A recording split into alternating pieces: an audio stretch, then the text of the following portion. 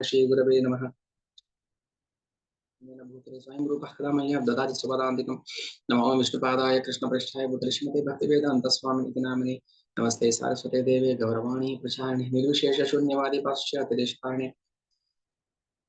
जय श्री कृष्ण चैतन्य प्रभु नित्यानंद श्रीद्वैत गदाधर श्रीवासादि गौरभक्तवृंद। हरे कृष्णा कृष्ण कृष्ण हरे हरे, हरे राम राम राम हरे हरे। वाञ्छाकल्पतरुभ्यश्च कृपासिन्धुभ्येव च पतितानां पावनेभ्यो वैष्णवेभ्यो नमो नमः।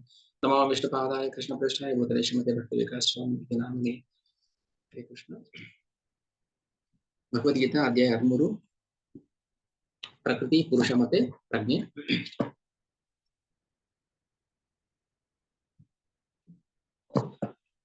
ಇಲ್ಲಿ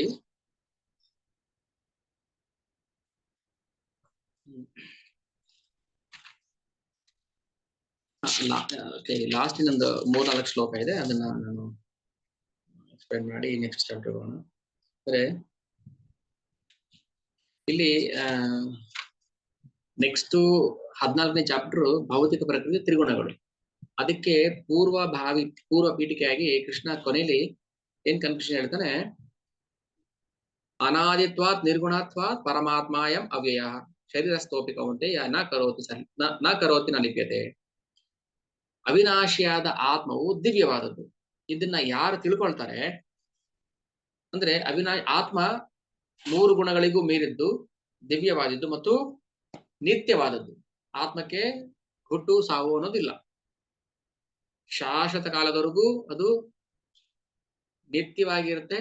ಆದ್ರೆ ದೇಹದಿಂದ ದೇಹಕ್ಕೆ ಬದಲಾವಣೆ ಆಗ್ತಾ ಇರುತ್ತೆ. ಯಾವಾಗ ಭೌತಿಕ ಜಗತ್ತಿಗೆ ಬಂದಾಗ ಅಂದ್ರೆ ಬದ್ಧ ಜೀವಿಗೆ ಈ ಜಡ ದೇಹದೊಳಗೆ ಪ್ರವೇಶ ಮಾಡಿದಾಗ ಏನಾಗುತ್ತೆ, ಆತ್ಮ ಅಂದ್ರೆ ದೇಹದೊಳಗೆ ಆತ್ಮ ಪ್ರವೇಶ ಮಾಡಿರ್ತಾನೆ. ಆದ್ರೆ ಆತ್ಮವನ್ನ ಯಾವತ್ತು ಯಾರು ಕೊಲ್ಲಕ್ ಬರೋದಿಲ್ಲ. ಅವಿನಾಶಿತ ತದ್ವಿಧಿ, ಆತ್ಮವನ್ನ ನಾಶ ಮಾಡೋಕೆ ಸಾಧ್ಯ ಇಲ್ಲ ಅಂತ ಯಾರು ತಿಳ್ಕೊಳ್ತಾನೆ, ಐಹಿಕ ದೇಹದ ಸಂಪರ್ಕವಿದ್ದರೂ ಆತ್ಮವು ಏನು ಮಾಡುವುದಿಲ್ಲ ಮತ್ತು ಲಿಪ್ತವಾಗುವುದಿಲ್ಲ. ಐಹಿಕ ದೇಹದ ಸಂಪರ್ಕ ಇದ್ರೂ ಆತ್ಮನಿಗೆ ಅವನು ಏನು ಮಾಡೋದಿಲ್ಲ. ಹೇಳ್ತಾರೆ ನ ಕರೋತಿ ನ ಲಿಪ್ಯತೆ. ನ ಕರೋತಿ ಅವನೇನು ಮಾಡೋದಿಲ್ಲ, ನ ಲಿಪ್ಯತೆ ಅವನು ಅಂಟ್ಕೊಳ್ಳೋದಿಲ್ಲ. ಅದಕ್ಕೆ ಐಹಿಕ ದೇಹವು ಜನ್ಮ ತಾಳೋದ್ರಿಂದ ಜೀವಿ ಜನ್ಮ ತಾಳಿದಂತೆ ಕಾಣುತ್ತದೆ. ಈಗ ತಾಯಿ ಗರ್ಭದಲ್ಲಿ ಒಂದು ಮಗು ಬೆಳೀತಿದೆ, ಅದು ಐಹಿಕ ದೇಹ ಬೆಳೀತಾ ಇದೆ. ಅದು ಐಹಿಕ ದೇಹ ಬೆಳೆದಿಕ್ಕೆ ಕಾರಣ ಜೀವಿ ಅದರೊಳಗಿದೆ.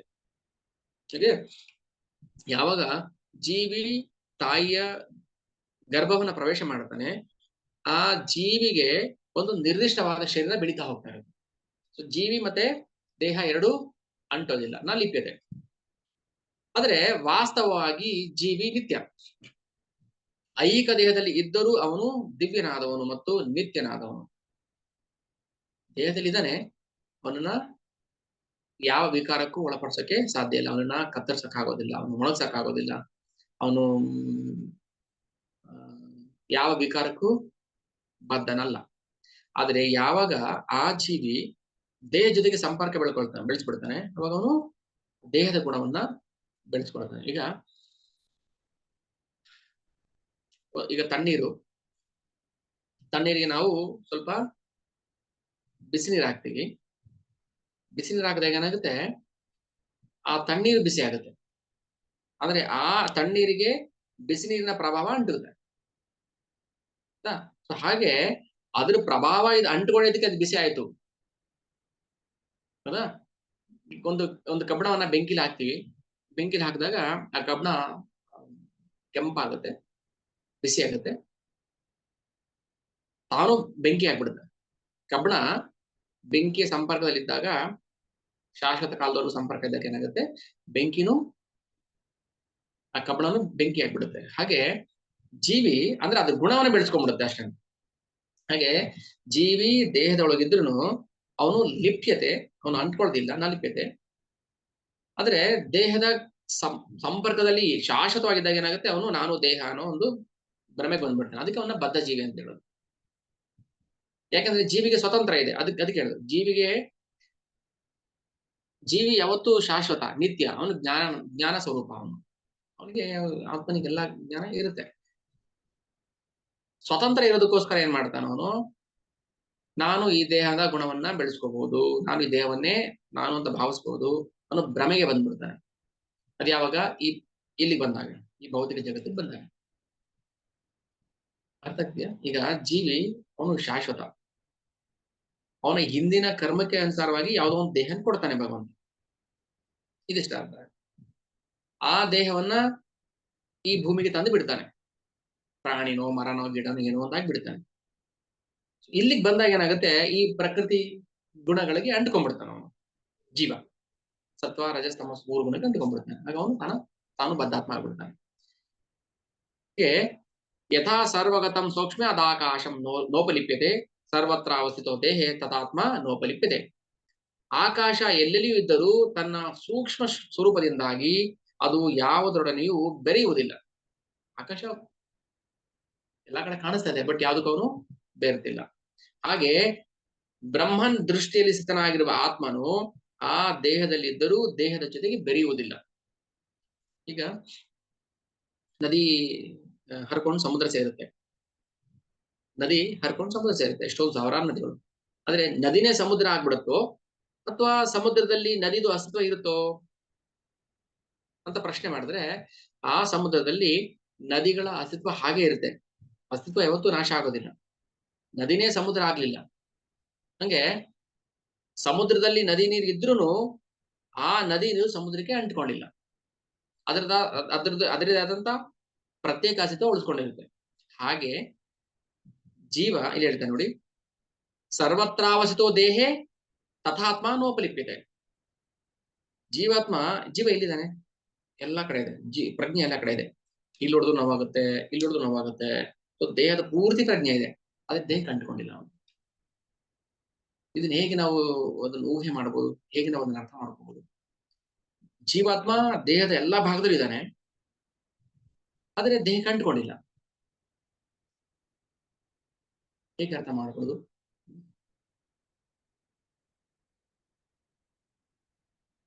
ಇದು ಅರ್ಥ ಆದ್ರೆ ತಾನೇ ನಮ್ಗೆ ದೇಹ ಆತ್ಮ ಬೇರೆ ಬೇರೆ ಅಂತ ಗೊತ್ತಾಗೋದು. ಸೊ ಅರ್ಥ ಆಗ್ಬೇಕಾದ್ರೆ ನಾವು ಹೆಣದ ಉದಾಹರಣೆ ತಗೋಬೇಕು. ಶವ ಅವಾಗ ಏನ್ ಮಾಡುದು, ದೇಹಕ್ಕೆ ನೋವಾಗೋದಿಲ್ಲ, ಅದಕ್ಕೆ ಸ್ಪರ್ಶ ಸುಖ ಇಲ್ಲ, ಅದಕ್ಕೆ ಗ್ರಹಣ ಏನು ಶ್ರವಣ ಮಾಡೋಕೆ ಆಗ್ತಾ ಇಲ್ಲ, ಗ್ರಹಣ ಶಕ್ತಿ ಇಲ್ಲ. ಹಾಗಾದ್ರೆ ಆ ದೇಹದಲ್ಲಿದ್ದಂತ ಆತ್ಮ ಅಲ್ಲಿ ಇಲ್ಲ. ಸೊ ಹಾಗಾಗಿ ಅದಕ್ಕೆ ನೋಪಲಿಪ್ಯತೆ, ಅವನು ಎಲ್ಲಾ ಕಡೆ ಇದ್ರೂ ಅವನು ಅಂಟ್ಕೊಂಡಿಲ್ಲ ದೇಹಕ್ಕೆ. ಆದ್ರೆ ನಾವು ಅಂದ್ರೆ ಜೀವ ದೇಹಕ್ಕೆ ಅಂಟ್ಕೊಂಡಂಗೆ ಬಿಹೇವ್ ಮಾಡ್ತಾ ಇದೀವಿ. ಓ ನನ್ನ ದೇಹದಿಂದ ಬಂದಿರುವಂತ ಉತ್ಪನ್ನ ಅಥವಾ ನನ್ನ ದೇಹದಿಂದ ನಾನು ಸಂಪಾದನೆ ಮಾಡಿರುವಂತದ್ದು ಅನ್ನೋದು ಅಟ್ಯಾಚ್ಮೆಂಟ್ ಬಂದ್ಬಿಡುತ್ತೆ. ಅದಕ್ಕೆ ಅವನ್ನ ಬದ್ಧ ಜೀವಿ ಅಂತ ಹೇಳ್ತಾನೆ. ಅವಾಗ ಅವ್ನು ಭಕ್ತಿ ಮಾಡಕ್ ಆಗೋದಿಲ್ಲ ಅವಾಗ.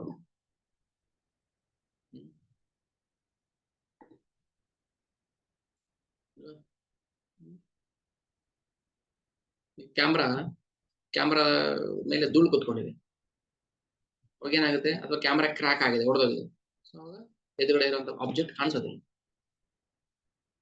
ಎಲ್ಲಿವರೆಗೂ ಕ್ಯಾಮ್ರಾದಲ್ಲಿ ದೋಷ ಇದೆ ಅಲ್ಲಿವರೆಗೂ ಎದುರುಗಡೆ ಇರೋ ಆಬ್ಜೆಕ್ಟ್ ಇರುತ್ತೆ, ವಸ್ತು ಇರುತ್ತೆ, ಅದೇ ಕಾಣಿಸೋದಿಲ್ಲ. ಹಾಗೆ ಯಾವಾಗ ಜೀವಾತ್ಮನಿಗೆ ಧೂಳು ತುಂಬ್ಕೊಂಡ್ಬಿಟ್ಟಿದೆ, ಅವಾಗ ಏನಾಯ್ತು, ಭಗವಂತನ ಭಕ್ತಿ ಸೇವೆ ಮಾಡಕ್ಕೆ ಆಗೋದಿಲ್ಲ. ಅಲ್ಲಿ ನಾವು ದೊಡ್ಡ ತಪ್ಪು ಮಾಡ್ತಾ ಇದೀವಿ ಅಂತ ಆಯ್ತು. ಆತ್ಮ ಶಾಶ್ವತವಾಗಿ ಜ್ಞಾನದ ಸ್ವರೂಪ, ಜ್ಞಾನ ಆನಂದ, ಸಚ್ಚಿತ್ ಆನಂದ, ಅವನು ಸತ್ ಚಿತ್ ಆನಂದ ಆತ್ಮ. ಈಗ ಆತ್ಮ ಭಗವಂತನ ಕಿಡಿ ಅಂಶ, ವಿಭಿನ್ನ ಅಂಶ. ಸೊ ಈ ದೇಹಕ್ಕೆ ಬಂದಾಗ ಏನಾಗುತ್ತೆ, ನಾನ್ ದೇಹ ಅಂತ ಭಾವಿಸಕ್ಕೆ ಶುರು ಮಾಡ್ತಾನೆ. ಆಗ ಭಗವಂತಂದೇ ಅಂಶ ಆಗಿದ್ರು ಕೂಡ ಅವನಿಗೆ ತಂದೆ ಮಗ, ಅವನ್ ಮಗನೇ ಆಗಿದ್ರು ತಂದೆನ ಮಗ ನೋಡಿಲ್ಲ, ಮಗನ ತಂದೆ ನೋಡಿಲ್ಲ ಅಂದಾಗ, ಒಬ್ರಿಗೊಬ್ರಿಗೂ ಪರಿಚಯ ಇಲ್ಲ ಅಂದಾಗ ಏನಾಗುತ್ತೆ, ತಂದೆ ಯಾರೋ ಮಗ ಯಾರೋ ಅನ್ನೋ ಫೀಲಿಂಗ್ ಬರುತ್ತೆ. ಸಂಬಂಧ ಇದ್ರೂ ಆ ಸಂಬಂಧ ಗೊತ್ತಿಲ್ಲದ ಕಾರಣದಿಂದಾಗಿ ಅವರು ಅದನ್ನ ಮರೆತಿರ್ತಾರೆ. ಸೊ ಇದು ದೋಷ. ಯಾವುದ್ರ ದೋಷ ಇದು? ಪ್ರಕೃತಿಯ ಗುಣಗಳ ದೋಷ. ಈ ದೋಷವನ್ನೇ ನೆಕ್ಸ್ಟ್ ಚಾಪ್ಟರ್ ಕೃಷ್ಣ ವರ್ಣನೆ ಮಾಡ್ತಾನೆ. ಭೌತಿಕ ಪ್ರಕೃತಿಯ ತ್ರಿಗುಣಗಳು. ಗುಣತ್ರಯ ವಿಭಾಗ ಯೋಗ. ಈ 3 ಗುಣಗಳು ಹೇಗೆ ಕೆಲಸ ಮಾಡುತ್ತೆ, ಜೀವನನ್ನ ಹೇಗೆ ಕುಣಿಸುತ್ತೆ ಆ 3 ಗುಣಗಳು, ಜೀವನಿಗೆ ಯಾಕೆ 3 ಗುಣ ಅಂಟ್ಕೊಂಡ್ಬಿಡುತ್ತೆ, ಸತ್ವಗುಣ, ರಜೋಗುಣ, ತಮೋಗುಣ ಯಾಕೆ ಬರುತ್ತೆ ಜೀವನಿಗೆ?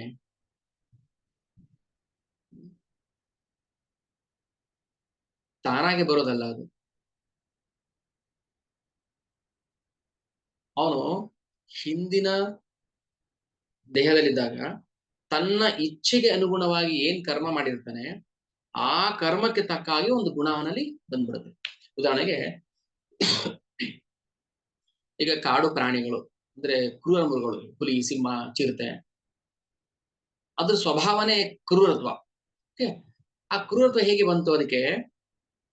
ಆ ದೇಹದಲ್ಲಿರುವಂತಹ ಹುಲಿ ದೇಹದಲ್ಲಿರುವಂತಹ ಜೀವ ಹಿಂದೆ ಯಾವುದೋ ಒಂದು ಶರೀರದಲ್ಲಿದ್ದಾಗ ತನ್ನ ಇಚ್ಛೆಗೆ ಅನುಗುಣವಾಗಿ ಆ ಕೆಲವು ಕ್ರೂರ ಕರ್ಮಗಳನ್ನ ಮಾಡಿರ್ತಾನೆ. ಆ ಕರ್ಮಗಳನ್ನ ಮಾಡಿ ಮಾಡಿ ಮಾಡಿ ಮಾಡಿ ಏನಾಗುತ್ತೆ, ಮುಂದಿನ ಜನ್ಮಕ್ಕೆ ಪ್ರಾಣಿಯಾಗಿ ಹುಟ್ಟಿದಾಗ ಆ ಕ್ರೂರ ಕರ್ಮಗಳೇನಾಗುತ್ತೆ ಸ್ವಭಾವವಾಗಿ ಬಂದು ಕೂತ್ಬಿಡುತ್ತೆ.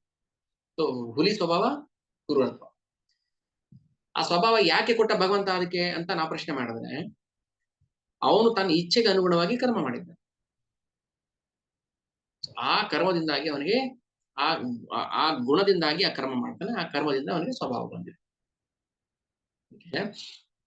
ಚಾತುರ್ವರ್ಣ್ಯ ಮಯಾ ಸೃಷ್ಟಂ ಗುಣ ಕರ್ಮ ವಿಭಾಗಶಃ ತಸ್ಯ ಕರ್ತಾರಂ ಅಪಿ ವಿದ್ಧಿಮಾಂ ಅಕರ್ತಾರಂ ಅವ್ಯಯಂ. 3 ಗುಣಗಳು ಚಾತುರ್ವರ್ಣ್ಯ, 4 ವರ್ಣಗಳನ್ನು ಗುಣ ಮತ್ತೆ ಕರ್ಮಕ್ಕೆ ಅನುಸಾರವಾಗಿ ಭಗವಂತ ಸೃಷ್ಟಿ ಮಾಡಿದ್ದಾನೆ. ಓಕೆ, ಇದರಿಂದ ಡೌಟ್ಸ್ ಇದೆ ನೋಟ್ ಮಾಡ್ಕೊಳ್ಳಿ, ಪ್ರಶ್ನೆ ಕೇಳ.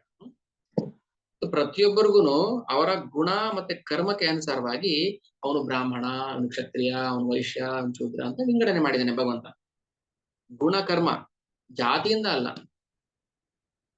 ಅವನೇನ್ ಕರ್ಮ ಮಾಡ್ತಾನೆ, ಅವನ್ ಗುಣ ಎಂತದ್ದು, ಅದಕ್ಕೆ ತಕ್ಕಂಗೆ ಭಗವಂತ ಒಂದು ವರ್ಣವನ್ನ ಸೃಷ್ಟಿ ಮಾಡಿರ್ತಾನೆ. ಆಯ್ತಾ? ಇಲ್ಲಿ ಹಾಗೆ ಜೀವಿಯು ಹಲವಾರು ದೇಹಗಳಲ್ಲಿ ನೆಲೆಸಿದರೂ ಆತನ ಸೂಕ್ಷ್ಮ ಸ್ವಭಾವದಿಂದಾಗಿ ಅವುಗಳಿಂದ ದೂರ ಇರುತ್ತಾನೆ. ಆತ್ಮ ತನ್ನ ಸೂಕ್ಷ್ಮ ಸ್ವಭಾವದಿಂದ ಅವನು ದೇಹದಿಂದ ದೂರ ಇರ್ತಾನೆ. ಆದ್ದರಿಂದ ಜೀವಿ ಈ ದೇಹದೊಡನೆ ಹೇಗೆ ಸಂಪರ್ಕ ಹೊಂದಿರ್ತಾನೆ, ಅದು ನಾಶವಾದ ನಂತರ ಹೇಗೆ ಅದರಿಂದ ಹೊರಗಿರುತ್ತಾನೆ. ಈಗ ಈ ದೇಹದಲ್ಲಿ ನಾವಿರೋವರೆಗೂ ಈ ದೇಹ ಚಟುವಟಿಕೆ ಮಾಡ್ತಿರುತ್ತೆ. ಬಟ್ ಒಳಗಡೆ ಎಲ್ಲಿದ್ದಾನೆ, ಏನ್ ಮಾಡ್ತದೆ ನಮಗೆ ಗೊತ್ತಿಲ್ಲ. ಒಟ್ಟಲ್ಲಿ ಈ ದೇಹಕ್ಕಿಂತ ಭಿನ್ನವಾಗಿದ್ದಾನೆ, ಈ ದೇಹಕ್ಕೆ ಅಂಟ್ಕೊಂಡಿಲ್ಲ ಅವನು.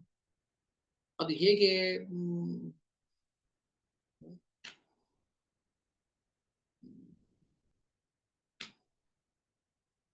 ಈಗ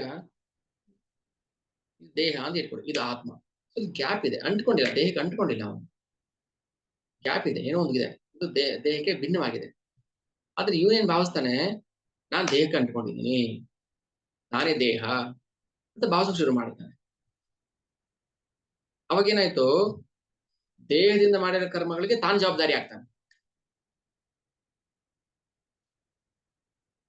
ಅಂದ್ರೆ ಜೀವನಿಗೆ ಆ ಗುಣಗಳಿರುತ್ತಲ್ಲ, ಸತ್ವ, ರಜಸ್, ತಮಸ್ಸು, 3 ಗುಣಗಳು ಪ್ರೇರಣೆ ಮಾಡುತ್ತೆ.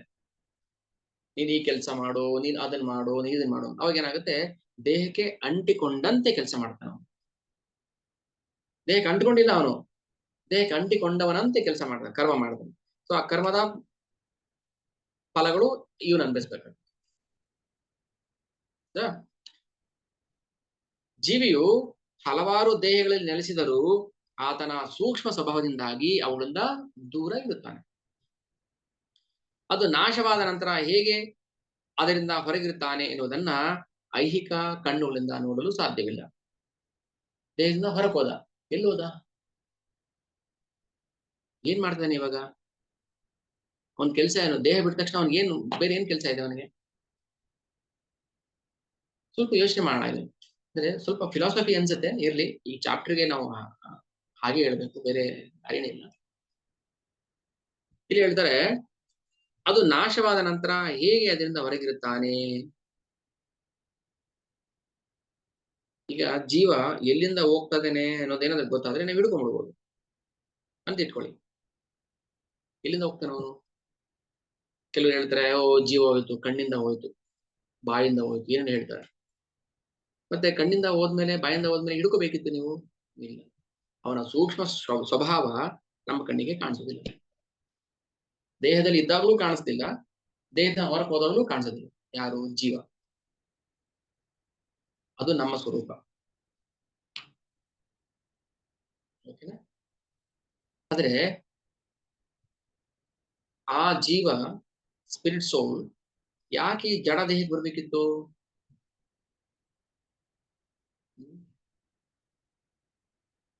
ಈಗ ಒಂದು ಕಿರೀಟ, ಚಿನ್ನದ ಕಿರೀಟ ಇರುತ್ತೆ. ಚಿನ್ನದ ಕಿರೀಟಕ್ಕೆ ವಜ್ರದ ಹರಳು ಜೋಡಿಸ್ತಾರೆ. ಚಿನ್ನದ ಕಿರೀಟಕ್ಕೆ ವಜ್ರದ ಹರಳು ಜೋಡಿಸ್ತಾರೆ, ಚೆನ್ನಾಗಿ ಕಾಣಿಸುತ್ತೆ. ಯಾಕಂದ್ರೆ ಇದು ಚಿನ್ನ, ಇದು ವಜ್ರ. ಅದೇ ವಜ್ರದ ಹರಳನ್ನ ಯಾವ್ದೋ ಪ್ಲಾಸ್ಟಿಕ್ ಕಿರೀಟಕ್ಕೆ ಹಾಕ್ಬಿಟ್ರೆ ಅದು ಹೆಂಗ್ ಚೆನ್ನಾಗಿರುತ್ತೆ?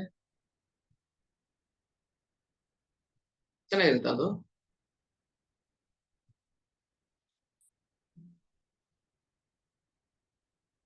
ಈ ಜೀವನ ಯಾಕೆ ನಾಶ ಆಗುವಂತ ದೇಹಕ್ಕೆ ಜೋಡಿಸಿದಾನೆ ಭಗವಂತ? ನಮ್ ಸ್ವರೂಪ ಅಲ್ಲ ಇದು. ನೋಡಿ, ಆ ವಜ್ರದ ಹರಳು, ಕೊಯ್ಲು ಡೈಮಂಡ್ ಆ ಚಿನ್ನದ ಕಿರೀಟಕ್ಕೆ ಸೇರ್ಕೋಬೇಕಿತ್ತು. ಬಟ್ ಯಾಕೆ ಭಗವಂತ ಅದನ್ನ ತೆಗೆದು ಈ ಪ್ಲಾಸ್ಟಿಕ್ ಆಟ ಆಡೋ ಅಂತಹ ಒಂದು ಪ್ಲಾಸ್ಟಿಕ್ ವಸ್ತುಗೆ ಜೋಡಿಸಿದಾನೆ ಆ ಡೈಮಂಡ್ ಹರಳನ್ನ?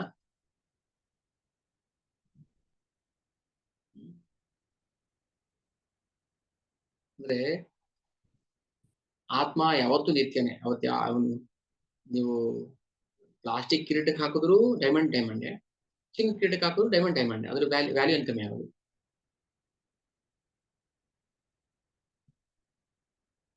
ಅಂದ್ರೆ ಈ ಜಡ ದೇಹದಿಂದ ನಾವ್ ಏನ್ ಮಾಡ್ಬೇಕೋ ಅದನ್ನ ಮಾಡಿ ನಾವು ಈ ದೇಹದಿಂದ ಬಿಟ್ಬಿಟ್ಟು ನಾವು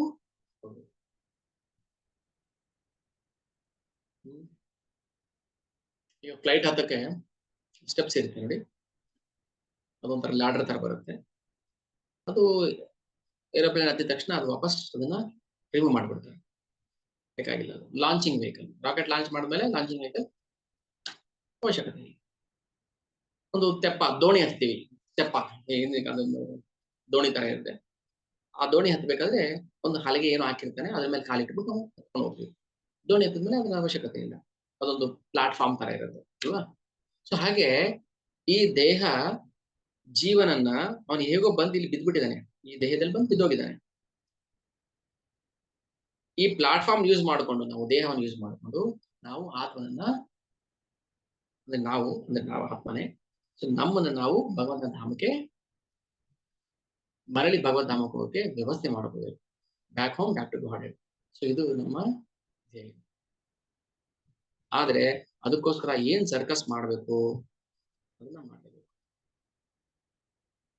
ಅದಕ್ಕೆ ಈ ಪ್ಲಾಸ್ಟಿಕ್ ಕಿರೀಟಕ್ಕೆ ಅಷ್ಟು ಇಂಪಾರ್ಟೆನ್ಸ್ ಬೇಕಾಗಿಲ್ಲ, ಕೊಡೋದ್ ಬೇಕಾಗಿಲ್ಲ. ಅವಶ್ಯಕತೆ ಇದೆ, ಇಲ್ಲ ಅಂತ ಹೇಳ್ತಾ ಇಲ್ಲ. ಅಂದ್ರೆ ಇದೇ ಎಲ್ಲ ಅಲ್ಲ, ಈ ದೇಹನೇ ಎಲ್ಲ ಅಲ್ಲ. ಸೊ ಇದನ್ನ ಚೆನ್ನಾಗಿ ನಾವು ಮಾಡ್ಕೋಬೇಕು. ಎಷ್ಟು ಸಾಧ್ಯ ಆಗುತ್ತೆ ಈ ದೇಹದಿಂದ ನಾವು ಭಗವಂತನ ಭಕ್ತಿ ಸೇವೆ ಮಾಡಕ್ಕೆ ಪ್ರಯತ್ನ ಮಾಡಬೇಕು. ಓ ಅರ್ಜುನನೇ, ಒಬ್ಬನೇ ಸೂರ್ಯ, ಶ್ಲೋಕ ನಂಬರ್ 34, ಒಬ್ಬನೇ ಸೂರ್ಯ ಇಡೀ ವಿಶ್ವವನ್ನ ಹೇಗೆ ಬೆಳಗುತ್ತಾನೋ ಹಾಗೆ ದೇಹದೊಳಗಿರುವ ಜೀವಿಯು ಪ್ರಜ್ಞೆಯಿಂದ ಇಡೀ ದೇಹವನ್ನ ಬೆಳಗುತ್ತಾನೆ. ಈಗ ಇಡೀ ದೇಹ ಕೆಲಸ ಮಾಡ್ತಾ ಇದೆ ಅಂದ್ರೆ ಒಳಗಡೆ ಜೀವ ಇರೋದಿಕ್ಕೆ, ಪ್ರಜ್ಞೆ ಇರೋದಿಕ್ಕೆ. ಹೇಗೆ? ಅದೇ ಎಕ್ಸಾಂಪಲ್ ಕೊಟ್ಟಲ್ಲ, ಸೂರ್ಯ, ಒಬ್ಬನೇ ಸೂರ್ಯ ಎಲ್ಲಾ ಕಡೆ ಪ್ರಕಾಶವನ್ನ, ಬೆಳಕನ್ನ ಕೊಡ್ತದೆ. ಹಾಗೆ ಜೀವಾತ್ಮ, ಅವನಿಗೆ ಪ್ರಜ್ಞೆ ಇದೆ. ಯಾವ ಪ್ರಜ್ಞೆ? ಅದನ್ನ ಹೇಳ್ತಾರೆ ಕೃಷ್ಣ ಪ್ರಜ್ಞೆ. ಇಲ್ಲಿ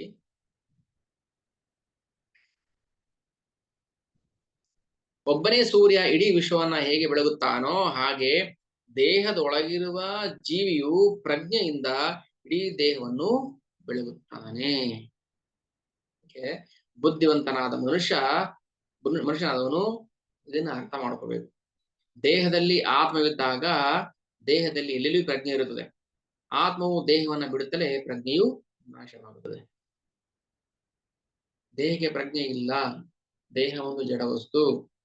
ಈ ಜಡವಸ್ತು ಒಳಗೆ ಚೇತನ ಬಂದು ಕುಂತಾಗ ನನಗೆ ಪ್ರಶ್ನೆ ಇದೆಯಾ ಹರಿಕೃಷ್ಣ?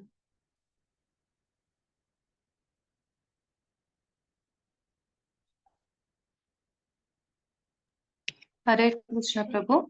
ಪ್ರಭು, ಈಗ ದೇಹ ತ್ಯಾಗ ಮಾಡಿದಾಗ ಆತ್ಮ ದೇಹ ಬಿಟ್ಟು ಹೋಗುತ್ತಲ್ವಾ? ಆ ಆತ್ಮ ದೇಹ ಬಿಟ್ಟು ಹೋದಾಗ ಅದಕ್ಕೆ ಎಲ್ಲ ನೆನ್ಪಿರುತ್ತಾ ಪ್ರಭು? ಅದಕ್ಕೆಲ್ಲ ನೆನ್ಪಿರುತ್ತಾ? ಆತ್ಮಕ್ಕೆ ನೆನ್ಪಿರುತ್ತಾ? ಓಕೆ, ನೆನ್ಪಿರುತ್ತಾ ಅಂತ. Okay, very good. ಈಗ ಓಕೆ, ಒಳ್ಳೆ ಪ್ರಶ್ನೆ. ಈಗ ಈ ದೇಹದಲ್ಲಿದ್ದಾಗ ಅವನ್ ಏನ್ ಮಾಡಿದ್ದ, ಜೀವಾತ್ಮ ಏನ್ ಮಾಡಿದ್ದ ಅದು ನೆನಪಿರುತ್ತೆ ಅವನಿಗೆ. ಆದ್ರೆ ಆ ಜೀವ ಬೇರೆ ಇನ್ನೊಂದು ಪ್ರಾಣಿ ದೇಹಕ್ಕೆ ಹೋದಾಗ ಆ ನೆನಪು ಇರೋದಿಲ್ಲ. ಅವನು ನೆನಪುನ ನಾವು ಆ ದೇಹದಿಂದ ಪ್ರಕಟ ಮಾಡಕ್ ಬರೋದಿಲ್ಲ. ಈಗ ನಾನು ಈ ದೇಹದಲ್ಲಿದ್ದಾಗ ನಾನು ಮಾತಾಡಿರ್ತೀನಿ, ಶ್ಲೋಕ ಓದಿರ್ತೀನಿ, ಇನ್ನೂ ಮಾಡಿರ್ತೀನಿ, ಮತ್ತೊಂದು ಮಾಡಿರ್ತೀನಿ, ಎಲ್ಲ ಮಾಡಿರ್ತೀನಿ. ಈ ಜೀವಾತ್ಮ ಒಂದು ಪ್ರಾಣಿ ದೇಹಕ್ಕೆ ಹೋದಾಗ ಅದು ಅವ್ನು ಪ್ರಕಟ ಮಾಡಕ್ ಆಗೋದಿಲ್ಲ. ಬಟ್ ಆತ್ಮನಿಗೆ ಎಲ್ಲ ನೆನಪಿರುತ್ತೆ, ಎಲ್ಲ ಗೊತ್ತಿರುತ್ತೆ ಆತ್ಮನಿಗೆ. ಮರೆಯೋದಿಲ್ಲ ಅವನಿಗೆ ಮರೆಯೂ ಇಲ್ಲ ಆತ್ಮ. ಅದಕ್ಕೆ ಸಚ್ಚಿತ್ ಆನಂದ ಅಂತ ಹೇಳೋದೇನಕ್ಕೆ? ಸತ್ ಅಂದ್ರೆ ಶಾಶ್ವತವಾದ, ಚಿತ್ ನಿತ್ಯವಾದ ಜ್ಞಾನ, ನಿತ್ಯತೆ, ಜ್ಞಾನ ಮತ್ತೆ ಆನಂದ. ಆತ್ಮನಿಗೆ ಮೂರು ಇರುತ್ತೆ, ಸಂಪೂರ್ಣವಾಗಿರುತ್ತೆ. ಆದ್ರೆ ಇನ್ನೊಂದು ದೇಹಕ್ಕೆ ಹೋದಾಗ ಏನಾಗುತ್ತೆ, ಅದು ಪ್ರಕಟ ಮಾಡಕ್ ಬರೋದಿಲ್ಲ ಅಷ್ಟೇ. ಆದ್ರೆ ನಾವೇನು ಭಕ್ತಿ ಸೇವೆ ಮಾಡಿರ್ತೀವಿ, ಆಧ್ಯಾತ್ಮಿಕ ಸಾಧನೆ ಮಾಡಿರ್ತೀವಿ, ಅದು ಪ್ರಾಣಿ ದೇಹಕ್ಕೆ ಹೋದ್ರೂ ಹಾಗೆ ಇರುತ್ತೆ. ಉದಾಹರಣೆಗೆ ಭರತ, ಜಡ ಭರತ. ಮಾಸ್ಟರ್ ಮಾತಾಜಿ. ಧನ್ಯವಾದ ಪ್ರಭು. ಪ್ರಭು, ಇವಾಗ ನಮ್ಗೆ ಈ ಮಾನವ ಶರೀರದಲ್ಲಿ ನಮ್ಗೆ ಜ್ಞಾನ ಇದೆ ಪ್ರಭು. ನಾವು ಹೇಗೆ, ಒಂದ್ ನಿಮಿಷ ಪ್ರಭು, ನಮ್ಗೆ ಜ್ಞಾನ ಇದೆ ಪ್ರಭು. ಯಾಕೆ ನಾವು ಕೃಷ್ಣ ಪ್ರಜ್ಞೆಗೆ ಬಂದು ನಾವು ಬರೋ ಜನ್ಮಕ್ಕೆ ಏನ್ ಕ್ಯಾರಿ ಮಾಡ್ಬೇಕು, ತ್ರಿಗುಣಗಳನ್ನ ಮೀರಿ ನಾವು ಇದು ಹೋಗ್ಬೇಕು ಅಂತ. ಆದ್ರೆ ಬೇರೆ ಜೀವಿಗಳಿಗೆ, ಪ್ರಾಣಿಗಳಿಗಾಗ್ಲಿ ಬೇರೆ ಜೀವಿಗಳಿಗೆ ಅದ್ ಹ್ಯಾಕ್ ಪ್ರಭು ನೆಕ್ಸ್ಟ್ ಜನ್ಮಕ್ಕೆ ಅದು ಯಾವ ಶರೀರ ಸಿಗುತ್ತೆ, ಹೇಗೆಲ್ಲ ಅದು ಹೋಗುತ್ತೆ ಅಂತ ಹ್ಯಾಕ್ ತಿಳ್ಕೊಳ್ಳೋದು ಪ್ರಭು? ಓಕೆ, ಒಳ್ಳೆ ಪ್ರಶ್ನೆ. ಈಗ ಜಡಭರತ ಉದಾಹರಣೆ ಕೊಡ್ತದೆ, ಅವ್ರಿಗೂ ನಿಮ್ಗೂ ಒಂದೇ ಉತ್ತರ. ಜಡಭರತ ತನ್ನ ಹಿಂದಿನ ಜನ್ಮದಲ್ಲಿ ಜಿಂಕೆ ಆಗಿದ್ದ, ಅದಕ್ಕೆ ಹಿಂದಿನ ಜನ್ಮದಲ್ಲಿ ಭರತ ರಾಜ ಆಗಿದ್ದ. ಭರತ ರಾಜ ಏನು ಆಧ್ಯಾತ್ಮಿಕ ಸಾಧನೆ ಮಾಡಿದ್ದ, ಅದು ಪ್ರಾಣಿ ದೇಹಕ್ಕೆ ಬಂದಾಗಲೂ ಅದು ಹಾಗೆ ಇರುತ್ತೆ. ಅದು ನಾಶ ಆಗೋದಿಲ್ಲ. ಆಧ್ಯಾತ್ಮಿಕ ಜ್ಞಾನ ನಾಶ ಆಗೋದಿಲ್ಲ. ಆ ಜಿಂಕೆಯಾಗಿ ಹುಟ್ಟಿದಾಗ ಏನ್ ಮಾಡ್ತಾ ಇತ್ತು, ಅದು ಋಷಿಗಳ ಆಶ್ರಮಕ್ಕೆ ಹೋಗ್ತಾ ಇತ್ತು, ಅಲ್ಲಿ ಶ್ರವಣ ಮಾಡ್ತಾ ಇತ್ತು. ಆದ್ರೆ ಅದನ್ನ ಪ್ರಕಟ ಮಾಡಕ್ಕಾಗಲ್ಲ. ಯಾವಾಗ ಆ ದೇಹದಲ್ಲಿ ಏನ್ ಅನುಭವಿಸ್ಬೇಕೋ ಪಾಪಗಳ ಪುಣ್ಯಗಳ ಅನುಭವಿಸಿ ಆ ದೇಹವನ್ನ ತ್ಯಾಗ ಮಾಡಿದ ಮೇಲೆ ಅವನಿಗೆ ಮುಂದಿನ ಜನ್ಮ ಸಿದ್ಧವಾಗುತ್ತೆ. ಅಂದ್ರೆ ಈಗ ಬೇರೆ ಪ್ರಾಣಿಗಳಲ್ಲಿ ಪ್ರಜ್ಞೆ ಇರೋದಿಲ್ವಾ? ಇರುತ್ತೆ, ಪ್ರತಿಯೊಂದು ಪ್ರಾಣಿಗೂ ಪ್ರಜ್ಞೆ ಇರುತ್ತೆ. ಆದ್ರೆ ಆ ಪ್ರಜ್ಞೆಯನ್ನ ಪ್ರಕಟ ಮಾಡುವಷ್ಟು ಬೌದ್ಧಿಕ ಶಕ್ತಿ ಇರೋದಿಲ್ಲ. ಈಗ ಮರಕ್ಕೂ ನೆನಪಿನ ಶಕ್ತಿ ಇದೆ, ಮರಕ್ಕೂ ಫೀಲಿಂಗ್ಸ್ ಇದೆ, ಆದ್ರೆ ಪೂರ್ಣ ಪ್ರಮಾಣವಾಗಿ ಬೆಳೆದಿರೋದಿಲ್ಲ. ತಾನು ಏನ್ ಕರ್ಮ ಮಾಡಿದೆ, ನಾನು ಯಾಕೆ ಮರ ಜನ್ಮದಲ್ಲಿ ಬಂದಿದ್ದೀನಿ ಗೊತ್ತಿರೋದಿಲ್ಲ ಅದಕ್ಕೆ. ಈಗ ನಮ್ಗೆ ತಗೊಳ್ಳಿ, ನಾವು ಮನುಷ್ಯನ ಜನ್ಮ ಬಂದಿದೀವಲ್ವಾ? ನಾವ್ ಯಾವತ್ತಾದ್ರು ಯೋಚನೆ ಮಾಡಿದೀವ ನಾವ್ ಯಾಕೆ ಮನುಷ್ಯನ ಜನ್ಮ ಬಂದಿದೀವಿ ಅಂತ? ಇಲ್ಲ, ಯೋಚನೆ ಮಾಡಿಲ್ಲ. ನಾವಂತದ್ದು ಏನ್ ಮಾಡಿದ್ವಿ ನಾವು ಮನುಷ್ಯನ ಜನ್ಮ ಪಡೆಯೋದಕ್ಕೆ? ನಮ್ಗೆ ಜ್ಞಾಪಕ ಇದೆಯಾ? ಇಲ್ಲ. ಸೊ ಮನುಷ್ಯನ್ ಜನ್ಮಕ್ಕೆ ಬಂದಾಗಲೇ ನಮ್ಗೆ ಅದು ಪ್ರಕಟ ಮಾಡಕ್ ಬರೋದಿಲ್ಲ, ಯಾಕಂದ್ರೆ ಅದು ಭೌತಿಕ ಪ್ರಕೃತಿ ಗುಣಗಳಿಗೆ ಅಧೀನವಾಗುತ್ತಿದೆ. ಅದಕ್ಕೋಸ್ಕರ ಅಷ್ಟೇ. ಈಗ ಒಂದು ಡೈಮಂಡ್ ಇದೆ ಒಳಗಡೆ, ಡೈಮಂಡ್ ಇದೆ ಒಳಗೆ, ಬಟ್ ಅದನ್ನ ಬಾಕ್ಸ್ ಅಲ್ಲಿ ಕವರ್ ಮಾಡ್ಬಿಟ್ಟಿದ್ದಾರೆ. ಓಕೆ, ಈ ಬಾಕ್ಸ್ ನ ನಾವು ಅನ್ಬಾಕ್ಸ್ ಮಾಡ್ಬೇಕು, ಅವಾಗ ಅಲ್ಲಿ ಡೈಮಂಡ್ ಇದೆ. ಹಾಗೆ ಇಬ್ರು ಪ್ರಶ್ನೆಗೆ ಉತ್ತರ ಏನಂದ್ರೆ, ಪ್ರತಿಯೊಂದು ಜೀವಕ್ಕೂ ನೆನಪಿದೆ, ಜ್ಞಾನ ಇದೆ, ಪ್ರತಿಯೊಂದು ಜೀವನೂ ಶಾಶ್ವತ. ಆದ್ರೆ ದೇಹವನ್ನ ಬದಲಾವಣೆ ಮಾಡಿದಾಗ ಏನಾಗುತ್ತೆ, ತಾತ್ಕಾಲಿಕವಾಗಿ ಅದು ಮುಚ್ಕೊಂಡ್ಬಿಟ್ಟಿರುತ್ತೆ. ಇದರ್ಥ ಆಯ್ತಾ? ತಾತ್ಕಾಲಿಕವಾಗಿ ಮುಚ್ಕೊಂಡಿರುತ್ತೆ. ಆದ್ರೆ ಮನುಷ್ಯನ ಜನ್ಮದಲ್ಲಿ ಬಂದಾಗ ಮಾತ್ರ ಅದನ್ನ ನಾವು ಪ್ರಕಟ ಮಾಡಬಹುದು, ಆ ಜ್ಞಾನವನ್ನ ಬೆಳೆಸ್ಕೋಬಹುದು. ಪ್ರಾಣಿ ಜನ್ಮದಲ್ಲಿ ಬಂದಾಗ ಇಲ್ಲ, ಅದನ್ನ ಅನುಭವಿಸಿನೇ ನೆಕ್ಸ್ಟ್ ಜನ್ಮಕ್ಕೆ ಹೋಗ್ಬೇಕು ನಾವು. ಅದಕ್ಕೆ ಮನುಷ್ಯನ ಜನ್ಮಕ್ಕೆ ಬಂದಾಗ ನಾವು ಕರೆಕ್ಟ್ ಆಗಿ ಇದನ್ನ ಯುಟಿಲೈಸ್ ಮಾಡ್ಕೋಬೇಕು. ಒಂದ್ ವೇಳೆ ಇದನ್ನ ಮಿಸ್ಯೂಸ್ ಮಾಡ್ಕೊಂಡು ನಾವು ಮಿಸ್ ಮಾಡ್ಕೊಂಡ್ರೆ ನೆಕ್ಸ್ಟ್ ಬರೋ ಜನ್ಮ ಅದು ಪ್ರಾಣಿ ಜನ್ಮನೇ ಆಗಿರ್ಬೋದು, ಕ್ರಿಮಿ ಕೀಟ ಆಧ್ಯಾತ್ಮಿಕ ಉನ್ನತಿ ಮಾಡಕ್ಕಾಗೋದಿಲ್ಲ. ಅದಕ್ಕೆ ಈ ದೇಹದಿಂದ ಜೀವ ಹೋಗೋಕ್ ಮುಂಚೆ ನಾವೇನ್ ಮಾಡ್ಬೇಕು ಅದನ್ನ ಮಾಡ್ಬೇಕು. ಒಂದ್ ವೇಳೆ ಹೋದ್ರುನು ಇನ್ನೊಂದು ಉನ್ನತವಾದ ಜನ್ಮ ಕೊಡ್ತಾನೆ ಭಗವಂತ ಭಕ್ತಿ ಸೇವೆ ಮಾಡಿದ್ರೆ, ಆಯ್ತಾ. ಅದಕ್ಕೋಸ್ಕರ ಹೇಳುದು ಭಕ್ತಿ ಸೇವೆ ಮಾಡಿ, ಎಷ್ಟಾಗುತ್ತೋ ಅಷ್ಟು ಮಾಡಿ. ಒಂದು ಪಕ್ಷ ನಾಯಿ ಜನ್ಮ ಬಂದ್ರೂ ಪರವಾಗಿಲ್ಲ, ಭಕ್ತರ ಮೇಲೆ ಹುಟ್ಟೋ ತರ ವ್ಯವಸ್ಥೆ ಮಾಡ್ತಾನೆ. ಓಕೆ, ಇದಿಷ್ಟ. ಅದೇ ನಿಮ್ ಪ್ರಶ್ನೆ ಕನ್ವಿನ್ಸ್ ಆಯ್ತಾ?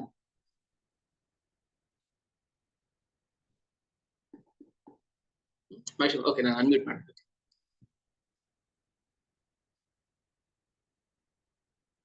ಅನ್ಮ್ಯೂಟ್ ಆಗಿದೆ. ಇಲ್ಲಿ ಹೇಳ್ತಾರೆ ನೋಡಿ, ಆತ್ಮವು ದೇಹವನ್ನ ಬಿಡುತ್ತಲೇ ದೇಹದಲ್ಲಿ ಪ್ರಜ್ಞೆ ಹೋಗ್ಬಿಡುತ್ತೆ, ಆತ್ಮನಿಗೆ ಪ್ರಜ್ಞೆ ಇರುತ್ತೆ.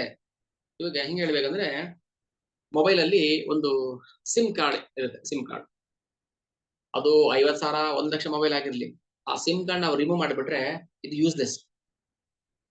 ಇಲ್ಲಿ ಏನು ಡೇಟಾಸ್ ಇರೋದಿಲ್ಲ, ಇದ್ರಲ್ಲಿ ಇರುತ್ತೆ, ಈ ಮೆಮೊರಿ ಕಾರ್ಡ್ ಅಲ್ಲಿ ಇರುತ್ತೆ. ಈ ಮೆಮೊರಿ ಕಾರ್ಡ್ ಆಫ್ ಸಿಮ್ ನ ನೀವು ಇನ್ನೊಂದು ಫೋನ್ಗೆ ಹಾಕಿದಾಗ ಅಲ್ಲಿ ವರ್ಕ್ ಆಗುತ್ತೆ. ಆ ಫೋನ್ ಮೇಲೆ ಡಿಪೆಂಡ್ ಆಗಿರುತ್ತೆ.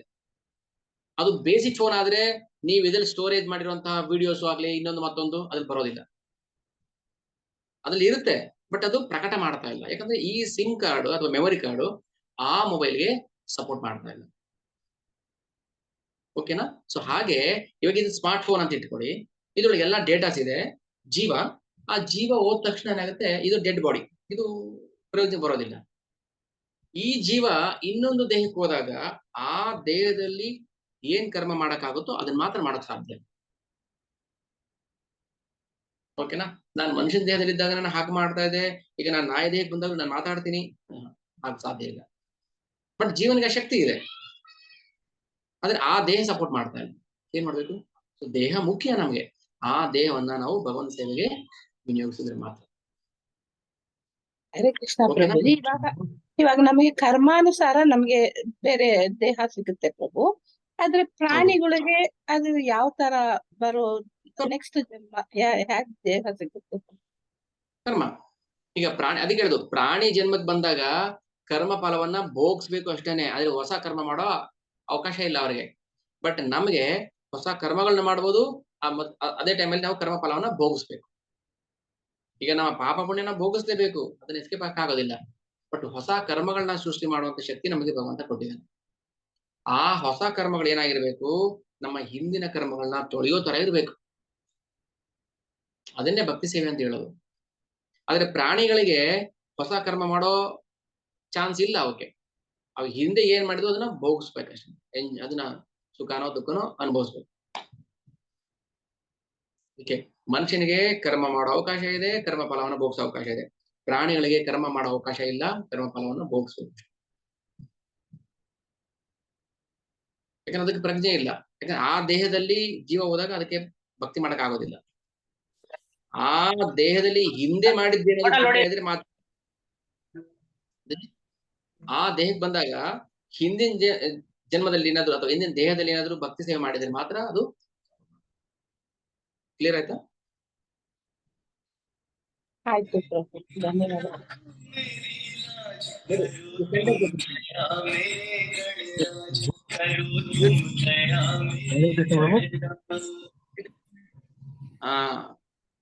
ಮ್ಯೂಟ್ ಮಾಡ್ಕೊಳ್ಳಿ. ಹಾ ಪ್ರಭು.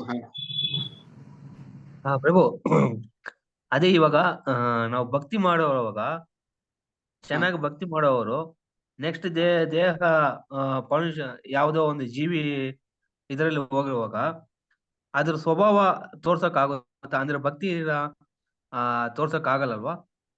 ಇಲ್ಲ, ಆಗಲ್ಲ. ಅದನ್ನೇ ಹೇಳ್ತಾ ಇರೋದು ನೋಡಿ. ಇವಾಗ ಎಕ್ಸಾಂಪಲ್ ಕೊಟ್ಟು ಹೇಳ್ತೀನಿ. ಈಗ ನಾವೇನೋ ಚೂರು ಭಕ್ತಿ ಮಾಡ್ತಾ ಇದೀವಿ ಅಂತ ಇಟ್ಕೊಳ್ಳಿ. ನಾನು ಈ ದೇಹ ತ್ಯಾಗ ಮಾಡಿ ಬೇರೆ ದೇಹಕ್ಕೆ ಹೋದೆ, ಒಂದು ನಾಯಿ ಜನ್ಮಕ್ಕೆ ಹೋಗಿದ್ದೀನಿ, ಅಲ್ಲಿ ನಾನು ಭಕ್ತಿ ಮಾಡಕ್ಕಾಗಲ್ಲ. ಅಲ್ಲಿ ಭಕ್ತಿ ಮಾಡಕ್ಕಾಗಲ್ಲ, ಯಾಕಂದ್ರೆ ಆ ದೇಹ ಸಪೋರ್ಟ್ ಮಾಡ್ತಾ ಇಲ್ಲ. ಈ ಸ್ಮಾರ್ಟ್ ಫೋನು ಮತ್ತೆ ಬೇಸಿಕ್ ಫೋನ್ ಎಕ್ಸಾಂಪಲ್ ಕೊಟ್ಟಿದ್ದೆ. ಅದಕ್ಕೆ ಬೇಸಿಕ್ ಫೋನ್ ಅಲ್ಲಿ ಸ್ಮಾರ್ಟ್ ಫೋನ್ ಫೀಚರ್ಸ್ ವರ್ಕ್ ಆಗಲ್ಲ, ಆದ್ರೆ ಇದರಲ್ಲಿ ಡೇಟಾಸ್ ಅಲ್ಲಿ ಇರುತ್ತೆ. ಡೇಟಾಸ್ ಅಂತೂ ಇರುತ್ತೆ, ಬಟ್ ಅದನ್ನ ಎಕ್ಸಿಕ್ಯೂಟ್ ಮಾಡಕ್ಕಾಗಲ್ಲ. ಓಕೆ, ಸೊ ಹಾಗೆ ನಾವು ಇಲ್ಲಿ ಒಂದು ಸೆಂಟೆನ್ಸ್ ಓದ್ತೀನಿ, ಕೇಳಿಸ್ಕೊಳ್ಳಿ. ಜೀವಿಯು ಗುಣಾತ್ಮಕವಾಗಿ ಪರಮಾತ್ಮನೊಂದಿಗೆ ಒಂದಾಗಿರ್ತಾನೆ, ಆದ್ರೂ ಜೀವಿ ಪರಮೋನ್ನತ ಅಲ್ಲ. ಏಕೆಂದ್ರೆ ಒಂದು ದೇಹದ ಪ್ರಜ್ಞೆ, ಈಗ ಈ ದೇಹದ ಪ್ರಜ್ಞೆ ಇನ್ನೊಂದು ದೇಹದ ಪ್ರಜ್ಞೆಯೊಂದಿಗೆ ಪಾಲ್ಗೊಳ್ಳೋದಿಲ್ಲ. ಇದನ್ನೇ ನಾನು ಎಕ್ಸಾಂಪಲ್ ಕೊಟ್ಟು ಹೇಳಿದ್ದು, ಒಂದು ಸ್ಮಾರ್ಟ್ ಫೋನ್ ಸಿಮ್ ಕಾರ್ಡ್ ಇನ್ನೊಂದು ಬೇಸಿಕ್ ಫೋನ್ ಮೊಬೈಲ್ಗೆ ಫಂಕ್ಷನಾಲಿಟಿ ಇರೋದಿಲ್ಲ, ಫಂಕ್ಷನ್ ಆಗೋದಿಲ್ಲ. ಅದು ಒಂದು ದೇಹದ ಪ್ರಜ್ಞೆ ಇನ್ನೊಂದು ದೇಹದ ಪ್ರಜ್ಞೆಯೊಂದಿಗೆ ಪಾಲ್ಗೊಳ್ಳೋದಿಲ್ಲ. ಆದರೆ ಜೀವಾತ್ಮನ ಗೆಳೆಯನಾಗಿ ಎಲ್ಲಾ ದೇಹಗಳಿರುವ ಪರಮಾತ್ಮನಿಗೆ ಎಲ್ಲಾ ದೇಹಗಳ ಪ್ರಜ್ಞೆ ಇರುತ್ತೆ. ಈಗ ಒಂದು ನಾಯಿ, ಆ ನಾಯಿ ದೇಹದ ಪ್ರಜ್ಞೆ ಭಗವಂತನ ಗೊತ್ತಿರುತ್ತೆ, ಪರಮಾತ್ಮನಾಗಿ ಭಗವಂತನಿಗೆ ಗೊತ್ತಿರುತ್ತೆ. ಬಟ್ ನನಗೆ ಗೊತ್ತಾಗೋದಿಲ್ಲ.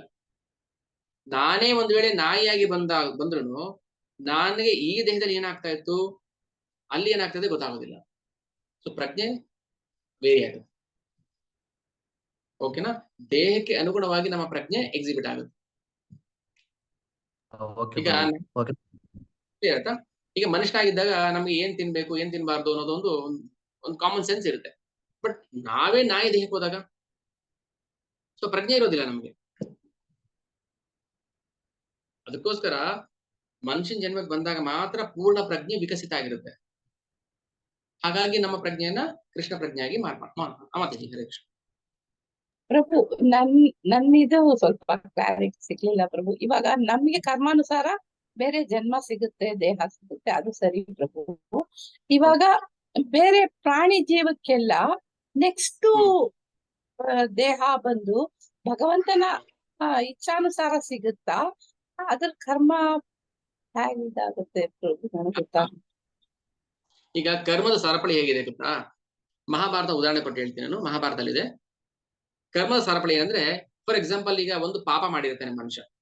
ಆ ಪಾಪಕ್ಕೆ ಏನ್ ಪ್ರಾಯಶ್ಚಿತ ಅಂದ್ರೆ ಇಷ್ಟು ವರ್ಷ ನಾಯಿ ದೇಹದಲ್ಲಿ, ಆ ದೇಹ ಬಿಟ್ಮೇಲೆ ಹಂದಿ, ಕತ್ತೆ, ಸೊ ಹೀಗೆ ಬೇರೆ ಬೇರೆ ದೇಹದಲ್ಲಿ ಅವನು ಅದನ್ನ ಭೋಗಿಸ್ಬೇಕು.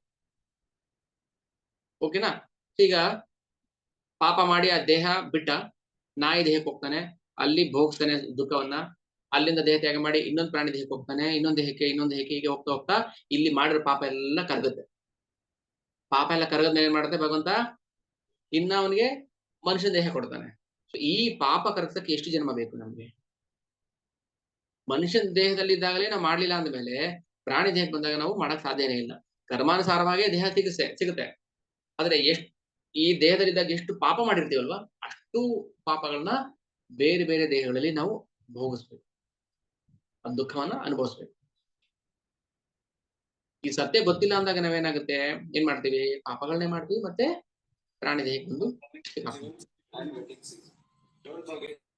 ಧನ್ಯವಾದ ಪ್ರಭು, ತುಂಬಾ ಚೆನ್ನಾಗಿ ಕ್ಲಿಯರ್ ಆಗಿ ಅರ್ಥ ಆಯ್ತು ಪ್ರಭು. ಹಾ, ಮತ್ತೆ ಅಷ್ಟೇ. ಬೇರೆ ಬೇರೆ ದೇಹದಲ್ಲಿ ನಾವು ಭೋಗಿಸ್ಲೇಬೇಕು. ಮರ್ತೋಗಿದ್ದೆ ಪ್ರಭು, ಅದು ಸ್ವಲ್ಪ ನನಗೆ ರಿಕಾಲ್ ಆಯ್ತು. ಓಕೆ, ಮತ್ತೆ ಥ್ಯಾಂಕ್ ಯು. ಹೀಗೆ ಇನ್ನೊಂದು ಕೊನೆ ಶ್ಲೋಕ. ಜ್ಞಾನದ ಕಣ್ಣುಗಳಿಂದ ಕ್ಷೇತ್ರಜ್ಞನ ನಡುವಣ ವ್ಯತ್ಯಾಸವನ್ನು ಕಾಣಬಲ್ಲವರು ಐಹಿಕ ಪ್ರಕೃತಿಯಲ್ಲಿ, ಅಂದ್ರೆ 3 ಗುಣಗಳು, ಈ ಐಹಿಕ ಪ್ರಕೃತಿಯಲ್ಲಿ ಬಂಧನದಿಂದ ಮೋಕ್ಷ ಪಡೆಯುವ ಪ್ರಕ್ರಿಯೆಯನ್ನ ಅರ್ಥ ಮಾಡಿಕೊಳ್ಳಬಲ್ಲವರು ಪರಮ ಗುರಿಯನ್ನ ಮುಟ್ಟುತ್ತಾರೆ. ಇದೊಂದು ಸೆಂಟೆನ್ಸ್ ನಾನು ಎಕ್ಸ್ಪ್ಲೈನ್ ಮಾಡಿ ಇಲ್ಲಿ ಸ್ಟಾಪ್ ಮಾಡ್ತೀನಿ. ಜ್ಞಾನದ ಕಣ್ಣುಗಳಿಂದ,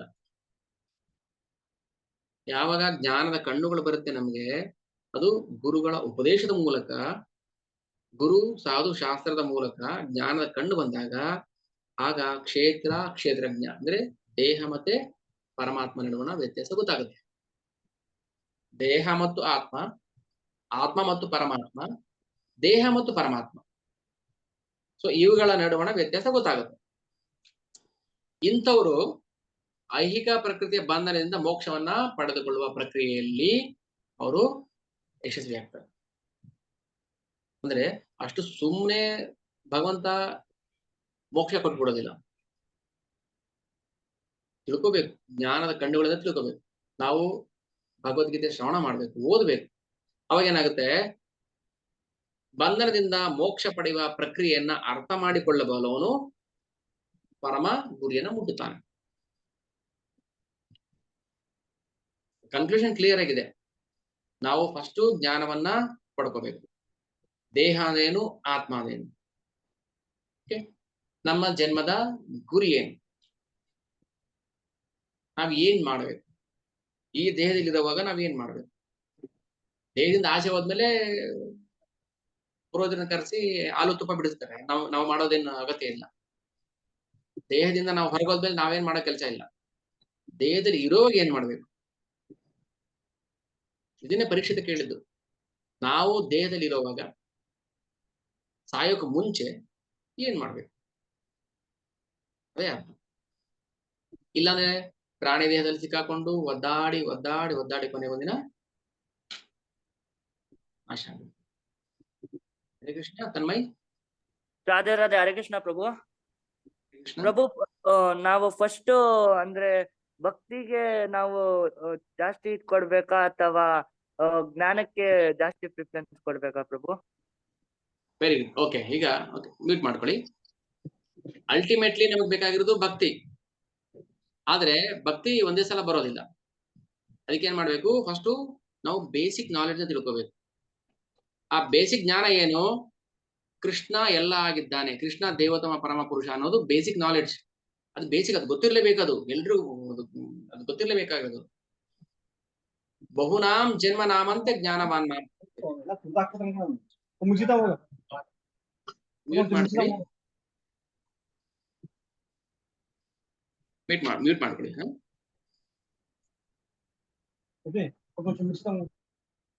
ಹಾ, ತನ್ಮಯ ಇದು ಅರ್ಥ ಆಯ್ತಾ? ಈಗ ಬೇಸಿಕ್ ನಾಲೆಡ್ಜ್ ಏನಂದ್ರೆ ಕೃಷ್ಣ ದೇವೋತ್ತಮ ಪರಮ ಪುರುಷ ಅಂತ ತಿಳ್ಕೋಬೇಕು ಫಸ್ಟ್, ಬೇಸಿಕ್ ನಾಲೆಡ್ಜ್. ಸೊ ಅದಾದ್ಮೇಲೆ ಏನ್ ಮಾಡ್ತೀವಿ, ನಾವು ಭಕ್ತಿ ಮಾಡಕ್ ಶುರು ಮಾಡ್ತೀವಿ. ಈಗ ಸಂಬಂಧ ಅಂತ ಹೇಳ್ತೀವಲ್ಲ, ಸಂಬಂಧ ತತ್ವ. ಸೊ ನನಗೂ ಕೃಷ್ಣಗೆ ಏನ್ ಸಂಬಂಧ ಇದೆ ಅಂತ ತಿಳ್ಕೋಬೇಕು ನಾವು, ಜ್ಞಾನ. ಸೊ ಜ್ಞಾನದ ಮೂಲಕ ನಾವೇನ್ ಮಾಡ್ತೀವಿ, ಭಕ್ತಿ ಮಾಡಕ್ ಶುರು ಮಾಡ್ತೀವಿ. ಭಕ್ತಿ ಮಾಡಕ್ ಶುರು ಮಾಡಿದ್ಮೇಲೆ ಕೃಷ್ಣ ಏನ್ ಮಾಡ್ತಾನೆ, ದಿವ್ಯ ಜ್ಞಾನವನ್ನ ಕೊಡ್ತಾನೆ, ಸ್ಪೆಷಲ್ ಡಿವೈನ್ ನಾಲೆಡ್ಜ್. ಈ ಡಿವೈನ್ ನಾಲೆಡ್ಜ್ ಇದೆಯಲ್ಲ, ಇದು ನಮಗ್ ಬೇಕಾಗಿರೋದು. ನಾವು ತಿಳ್ಕೊಳ್ಳೋ ನಾಲೆಡ್ಜ್ ಅಲ್ಲ. ನಾವು ಪುಸ್ತಕ ಓದಿ ನಾವು ಅರ್ಥ ಮಾಡ್ಕೊಂಡು, ಓ ಕೃಷ್ಣ ದೇವೋತ್ತಮ ಪರಮ ಪುರುಷ ಗೊತ್ತಾಯ್ತು ನನಗೆ ಅಂತ ಹೇಳ್ತೀವಿ. ದೇವೋತ್ತಮ ಪರಮ ಪುರುಷ ಅಂತ ಗೊತ್ತಾದ ಮೇಲೆ ನಾವು ಭಕ್ತಿ ಮಾಡಕ್ ಶುರು ಮಾಡ್ತೀವಿ. ಭಕ್ತಿ ಮಾಡದ ಮೇಲೆ ಬರೋದೇ ದಿವ್ಯ ಜ್ಞಾನ. ಓಕೆನಾ? ಸೊ ಅದಕ್ಕೆ ಭಕ್ತಿ ಸೇವೆ ಪರಮೋನ್ನತ ಜ್ಞಾನ. ಯಾವಾಗ ನಾವು ಡಿವೋಷನ್ ಸರ್ವಿಸ್ ಮಾಡಕ್ ಶುರು ಮಾಡ್ತೀವಿ, ನಮ್ಗೆ ದಿವ್ಯ ಜ್ಞಾನ ಭಗವಂತ ಕೊಡ್ತಾ ಹೋಗ್ತಾನೆ. ಆ ಜ್ಞಾನ ಬೇಕು ನಮ್ಗೆ. ಹಾಗಂತ ಬೇಸಿಕ್ ನಾಲೆಡ್ಜ್ ಇಲ್ಲದೆ ನಾವು ಭಗವಂತ ತಿಳ್ಕೊಳಕ್ ಆಗೋದಿಲ್ಲ. ಓಕೆ, ಇದು ಕ್ಲಿಯರ್ ಆಯ್ತಾ? ಭಕ್ತಿನೇ ಮುಖ್ಯ, ಆದ್ರೆ ಭಕ್ತಿ ಮಾಡಕ್ಕೆ ಜ್ಞಾನ ಅವಶ್ಯಕತೆ. ಓಕೆ, ಇಷ್ಟೇ. ಇದು ರಹಸ್ಯ ಇಷ್ಟೇನೆ. ಶ್ರದ್ಧಾವಂತ ಮನುಷ್ಯನು ಮೊಟ್ಟ ಮೊದಲನೇದಾಗಿ ಭಗವಂತನ ವಿಷಯವನ್ನ ಕೇಳಲು ಒಳ್ಳೆಯ ಸಹವಾಸವನ್ನ ಪಡೆಯಬೇಕು. ಕೇಳಲು ಅಂದ್ರೆ ಜ್ಞಾನ, ಕೇಳಿ ತಿಳ್ಕೋಬೇಕು. ಅದಕ್ಕೆ ಏನ್ ಮಾಡ್ಬೇಕು, ಅವನು ಭಕ್ತರು ಸಂಘಕ್ಕೆ ಬರ್ತಾನೆ. ಅಂದ್ರೆ ಶ್ರವಣಕ್ಕೂ ಮುಂಚೆ ನಾವು ಭಕ್ತರ ಸಂಘಕ್ಕೆ ಬರ್ಬೇಕು. ಭಕ್ತರ ಸಹವಾಸಕ್ಕೆ ಬಂದಾಗ ಏನಾಗುತ್ತೆ, ಶ್ರದ್ಧೆ ಬೆಳೆಯುತ್ತೆ. ನಮಗೂ ಸ್ವಲ್ಪ ಹೇಳ್ರಿ, ನಾವು ಕೇಳಿ ತಿಳ್ಕೋಬೇಕು ಅಂತ ಬರುತ್ತಲ್ಲ, ಅದು ಜ್ಞಾನ. ನನಗೆ ಎಲ್ಲ ಗೊತ್ತಾಯ್ತು, ಇವಾಗ ನನಗೇನು ಗೊತ್ತಿರ್ಲಿಲ್ಲ. ಓ ಕೃಷ್ಣ ದೇವರು ಏನ್ ಮಾಡ್ಬೇಕು ಇವಾಗ, ಸೇವೆ ಮಾಡಿ, ಜಪ ಮಾಡಿ, ಸಂಕೀರ್ತನೆ ಮಾಡಿ, ಎಲ್ಲ ಮಾಡ್ತೀನಿ, ಆಮೇಲೆ ಏನಾಗುತ್ತೆ, ಆಮೇಲೆ ಏನು ಮಾಡಬೇಕಾಗಿಲ್ಲ, ಇಷ್ಟು ಮಾಡಿ ಸಾಕು, ಬೇಕಿದ್ ಭಗವಂತ ಮಾಡ್ಕೊಂಡು. ಫಸ್ಟ್ ಕಾಯಿಲೆ ಬಂದಿದೆ ನಮ್ಗೆ. ಕಾಯಿಲೆ ಬಂದಾಗ ಈಗ ಹಾರ್ಟ್ ಪ್ರಾಬ್ಲಮ್ ಅಂತ ಇಟ್ಕೊಳ್ಳಿ. ಹಾರ್ಟ್ ಪ್ರಾಬ್ಲಮ್ ಬಂದಾಗ ಏನ್ ಮಾಡ್ಬೇಕು, ಎಲ್ಲಿ ಹೋಗ್ಬೇಕು, ಅದನ್ನ ಕಾರ್ಡಿಯಾಲಜಿಸ್ಟ್ ಹತ್ರ ಕರ್ಕೊಂಡು ಹೋಗ್ಬೇಕು. ಅಂದ್ರೆ ಫಸ್ಟ್ ಈ ಬೇಸಿಕ್ ನಾಲೆಡ್ಜ್ ಇರ್ಬೇಕು, ನಾವು ತಿಳ್ಕೋಬೇಕು. ಆಮೇಲೆ ಅವ್ರ ಹತ್ರ ಹೋಗ್ತೀವಿ, ನಮ್ದೆಲ್ಲ ಹೇಳ್ಕೊಳ್ತೀವಿ. ಅವಾಗ ಏನ್ ಮಾಡ್ತಾನೆ, ಟ್ರೀಟ್ಮೆಂಟ್ ಕೊಡೋಕೆ ಶುರು ಮಾಡ್ತಾರೆ. ಮಿಕ್ಕಿದ ಡಾಕ್ಟರ್ ಬಿಟ್ಟಿದ್ದು. ನಾವು ಹಾಸ್ಪಿಟ್ಲಿಗೆ ಹೋಗ್ಬೇಕು, ಕರೆಕ್ಟ್ ಪ್ಲೇಸ್ಗೆ ಹೋಗ್ಬೇಕು, ನಮ್ಮ ಪ್ರಾಬ್ಲಮ್ ಹೇಳ್ಕೋಬೇಕು, ಅಡ್ಮಿಟ್ ಆಗ್ಬೇಕು. ಅಡ್ಮಿಟ್ ಆದ್ಮೇಲೆ ಮಿಕ್ಕಿದ ಏನ್ ಟ್ರೀಟ್ಮೆಂಟ್ ಕೊಡ್ತಾರೆ ಡಾಕ್ಟರ್ಸ್. ಆಪರೇಷನ್ ಮಾಡ್ಬೇಕಾ, ಏನ್ ಮಾಡ್ಬೇಕು, ಅದು ನಾವು ಮಾಡ್ಬೇಕು. ನಮ್ಮ ಕಾಯಿಲೆ ಭಾವರೋಗ. ನಾವ್ ಎಲ್ಲಿಗೆ ಬರ್ಬೇಕು, ಭಕ್ತರ ಸಂಘಕ್ಕೆ ಬರ್ಬೇಕು. ಯಾವಾಗ ಭಕ್ತರ ಸಂಘಕ್ಕೆ ಬರ್ತೀವಿ, ಶ್ರದ್ಧೆ ಬೆಳೆಯುತ್ತೆ, ಶ್ರವಣ ಮಾಡ್ತೀವಿ, ಶ್ರವಣ ಮಾಡ್ತಾ ಮಾಡ್ತಾ ಜ್ಞಾನ ಬರುತ್ತೆ. ಜ್ಞಾನ ಬಂದಾಗ ಭಕ್ತಿ ಮಾಡ್ತೀವಿ. ಭಕ್ತಿ ಮಾಡಿದ್ಮೇಲೆ ನಮಗೆ ಭಗವಂತ ಏನ್ ಮಾಡ್ತಾನೆ, ಕೃಪೆ ರೂಪದಲ್ಲಿ ಎಲ್ಲಾ ಜ್ಞಾನ ಕೊಟ್ಬಿಡ್ತಾನೆ. ಎಲ್ಲ ಗೊತ್ತಿದೆ ನಿಮ್ಗೆ. ಭಕ್ತಿ ಮಾಡಕ್ ಶುರು ಮಾಡಿದ್ರೆ ಎಲ್ಲ ಗೊತ್ತಾಗ್ಬಿಡುತ್ತೆ. ಇದನ್ನ ಹೇಳ್ತಾ ಇರೋದು. ಹೀಗೆ ಕ್ರಮವಾಗಿ ಜ್ಞಾನೋದಯವನ್ನ ಸಾಧಿಸಬೇಕು. ನಿಮ್ ಪ್ರಶ್ನೆ ನೋಡಿ ಎಷ್ಟು ಕರೆಕ್ಟ್ ಆಗಿ ಉತ್ತರ ಇದೆ. ಹೀಗೆ ಕ್ರಮವಾಗಿ ಜ್ಞಾನೋದಯವನ್ನ ಸಾಧಿಸಬೇಕು. ಮನುಷ್ಯನು ಒಬ್ಬ ಗುರುವನ್ನ ಸ್ವೀಕರಿಸಿದರೆ, ಗುರು ಬೇಕೇ ಬೇಕು. ಜಡ ಮತ್ತು ಚೇತನಗಳ ನಡುವೆ ವ್ಯತ್ಯಾಸವನ್ನ ಕಾಣಲು ಕಲಿಯುತ್ತಾನೆ. ಓ ನಾನು ಜಡ ಅಲ್ಲ, ನಾನು ಚೇತನ, ಈ ದೇಹ ಜಡ, ನಾನು ಈ ದೇಹಕ್ಕೋಸ್ಕರ ನಾನು ಸ್ಟೈಲ್ ಮಾಡ್ತಾ ಇದ್ದೆ, ಈ ದೇಹ ಚೆನ್ನಾಗಿರ್ಬೇಕು ಅಂತ ಜಿಮ್ ಮಾಡ್ತಾ ಇದ್ದೆ, ಈ ದೇಹಕ್ಕೆ ಏನು ಆಗ್ಬಾರ್ದು ಅಂತ ನಾನು ತುಂಬಾ ಕಾಳಜಿ ವಹಿಸ್ತಾ ಇದ್ದೆ. ಇದು ನಾನು ದೇಹ ಅಲ್ಲ ಅಂತ ಗೊತ್ತಾಯ್ತು ಅಂತ ಅರ್ಥ ಆಗುತ್ತೆ. ನಾನು ಆತ್ಮ, ನಾನು ಒಳಗಡೆಯಿಂದ ನಾನು ಮಾತಾಡ್ತಾ ಇರೋದು. ಇದು ಗ್ರಾಮಫೋನ್ ಡಬ್ಬ ಬರ್ತಾ ಇದೆ ಶಬ್ದ ಅಷ್ಟೇ. ಗ್ರಾಮಫೋನ್ ಇರುತ್ತೆ ದೊಡ್ಡದಾಗಿ, ಸ್ಪೀಕರ್ ಬಾಕ್ಸ್ ಕೂತ್ಕೊಂಡು ಯಾರೋ ಮಾತಾಡ್ತಿದ್ದಾರೆ, ಅವನೇ ಚೇತನ. ಇಷ್ಟು ತಿಳ್ಕೊಂಡ್ರೆ ನಮ್ಗೆ ಇದು ಬೇಸಿಕ್ ನಾಲೆಡ್ಜ್. ಇದು ದೇಹ ಆತ್ಮ ಬಗ್ಗೆ ತಿಳ್ಕೊಂಡ್ರೆ ಮಾತ್ರ ನಮ್ಗೆ ಭಕ್ತಿ ಆಗಲ್ಲ. ಮತ್ತೆ ಮಾಡ್ತೀವಲ್ಲ ಭಕ್ತಿ ಅಲ್ಲ ಅದು. ಅಲ್ಲ ನಾವು ವಾರ ಒಪ್ಪತ್ತು ಮಾಡ್ತೀವಲ್ಲ ಅದು ಭಕ್ತಿ ಅಲ್ಲ, ಅದು ಮತ್ತೆ ಬಿಸ್ನೆಸ್. ಹಂಗಂದ್ಬಿಟ್ರ ಪ್ರಭು? ಹಾ ಹೌದು, ನಾಳಿದೆಲ್ಲ ಪ್ರಭುಪಾದ ಹೇಳಿದ್ರು ಬಿಸ್ನೆಸ್. ಅಲ್ಲ ನಿಮ್ ಭಗವಂತನ ಬಗ್ಗೆ ಏನು ಗೊತ್ತಿಲ್ಲ ಮತ್ತೆ ಭಕ್ತಿ ಹೆಂಗ್ ಮಾಡ್ತೀರಾ? ಇದೊಂಥರ ವಿಚಿತ್ರ ಅಲ್ವಾ? ಅಲ್ಲ ದೇವ್ರ ಬಗ್ಗೆ ನಮ್ಗೆ ಏನು ಗೊತ್ತಿಲ್ಲ, ಭಗವದ್ಗೀತೆನೇ ಓದಿಲ್ಲ ನಾವು, ಭಗವಂತನ ಬಗ್ಗೆ ಏನು ಗೊತ್ತಿಲ್ಲ, ಮತ್ತೆ ಭಕ್ತಿ ಮಾಡ್ತೀವಿ ನಾವು. ಹೆಂಗ್ ಮಾಡ್ತೀರಾ ನೀವು ಭಕ್ತಿ? ಒಂದು ನೀವು ಗೋಪಿಯರಾಗಿರ್ಬೇಕು. ಕಾಮ ಕ್ರೋಧ ಮದ ಲೋಭ ಏನು ಗೊತ್ತೇ ಇಲ್ಲ ನಮ್ಗೆ. ಒಂದು ಗೋಪಿಯರಾಗಿರ್ಬೇಕು, ಇಲ್ಲ ಮೂರ್ಖರಾಗಿರ್ಬೇಕು. ಎರಡು ಆಪ್ಷನ್ ಇರೋದು. ನಮ್ಗೆ ಭಗವಂತನ ಬಗ್ಗೆ ಗೊತ್ತಿಲ್ಲ, ನಾವು ಭಕ್ತಿ ಮಾಡ್ತೀವಿ ಅಂದ್ರೆ ಒಂದು ಗೋಪಿಯರು, ಇಲ್ಲ ಮೂರ್ಖರು. ಯಾವ ಆಪ್ಷನ್? ಅದಕ್ಕೆ ಹೇಳೋದು ಯಾಕೆ ಬೇಕು ಭಗವದ್ಗೀತೆ ಅಂತ ಹೇಳೋದಕ್ಕೆ ಇದೆಲ್ಲ ಎಷ್ಟು ಉದಾಹರಣೆಗಳು ಬೇಕು. ಅದಕ್ಕೆ ಹೇಳೋದು ನಾವು ಮೊದಲು ಭಕ್ತಿ ಅಂದ್ರೆ ಏನು ಅಂತ ತಿಳ್ಕೋಬೇಕು. ಭಕ್ತಿ ಪ್ಲಾಟ್ಫಾರ್ಮ್ ಬರ್ಬೇಕು. ಬೆಂಗಳೂರು ಟು ವೃಂದಾವನ ಒಂದು ಟ್ರೈನ್ ಹೋಗ್ತಾ ಇದೆ, ಅಥವಾ ಯಾವ್ದೋ ಒಂದು ಟ್ರೈನ್ ಹೋಗ್ತದೆ, ಪ್ರಶಾಂತಿ ಎಕ್ಸ್ಪ್ರೆಸ್ ಹೋಗ್ತಾ ಇದೆ ಅಂತ ಇಟ್ಕೊಳ್ಳಿ, ಅಥವಾ ಕರ್ನಾಟಕ ಎಕ್ಸ್ಪ್ರೆಸ್ ಹೋಗ್ತಾ ಇದೆ. ಪ್ಲಾಟ್ಫಾರ್ಮ್ ನಂಬರ್ 1 ಬರುತ್ತೆ, ನಾವು ಪ್ಲಾಟ್ಫಾರ್ಮ್ ನಂಬರ್ 2 ನಿಂತ್ಕೊಂಡು ಇಲ್ಲಿ ಟ್ರೈನ್ ಬರಲೇ ಇಲ್ಲ ನೋಡ್ತಾ ಇದ್ವಿ. ಪ್ಲಾಟ್ಫಾರ್ಮ್ ನಂಬರ್ 2 ಅಲ್ಲಿ ನಿಂತ್ಕೊಂಡಿದ್ವಿ, ಯಾವ್ದೋ ಒಂದು ಟ್ರೈನ್ ಬಂತು, ಹತ್ ಬಿಟ್ವಿ. ಅದು ಯಾವ್ದೋ ಒಂದು ಬೇರೆ ಏರಿಯಾಗ ಹೋಯ್ತು. ಅಲ್ಲೋದ್ಮೇಲೆ ಕೇಳ್ತೀವಿ, ಸರ್ ಇದು ವೃಂದಾವನ ಬಂತಾ?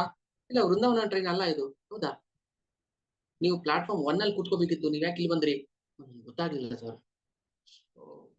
ಒಂದ್ ಕೆಲಸ ಮಾಡಿ, ಎಷ್ಟು ದೂರದಿಂದ ಬಂದ್ರಲ್ಲ ಬೆಂಗಳೂರಿಂದ, ಅಷ್ಟೇ ದೂರ ವಾಪಸ್ ಹೋಗಿ.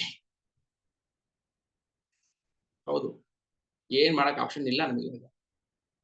ಬೆಂಗಳೂರಿಂದ ಕರ್ನಾಟಕ ಎಕ್ಸ್ಪ್ರೆಸ್ ಹತ್ಬೇಕಿತ್ತು ವೃಂದಾವನಕ್ಕೆ, ನಾವು ಯಾವ್ದೋ ಹತ್ತು ಬಿಟ್ವಿ. ಅದೆಲ್ಲ ಹೋಯ್ತು, ಹೋಗೋವರೆಗೂ ನಮ್ಗೆ ಗೊತ್ತೇ ಆಗಿಲ್ಲ ಎಲ್ಲಿ ಹೋಗ್ತಾ ಇದೀವಿ ಅಂತ. ಸರ್ ವೃಂದಾವನ ಬಂತಾ ಅಂತ ಕೇಳಿ, ಯಾವ ವೃಂದಾವನ ರೀ? ಇದು ಯಾವ್ದೋ ಬೇರೆ ಊರಿಗೆ ಬಂದ್ಬಿಟ್ಟಿದ್ದೀರಾ ನೀವು ವಾಪಸ್ ಹೋಗಿ ನೀವು ಬೆಂಗಳೂರಿಗೆ.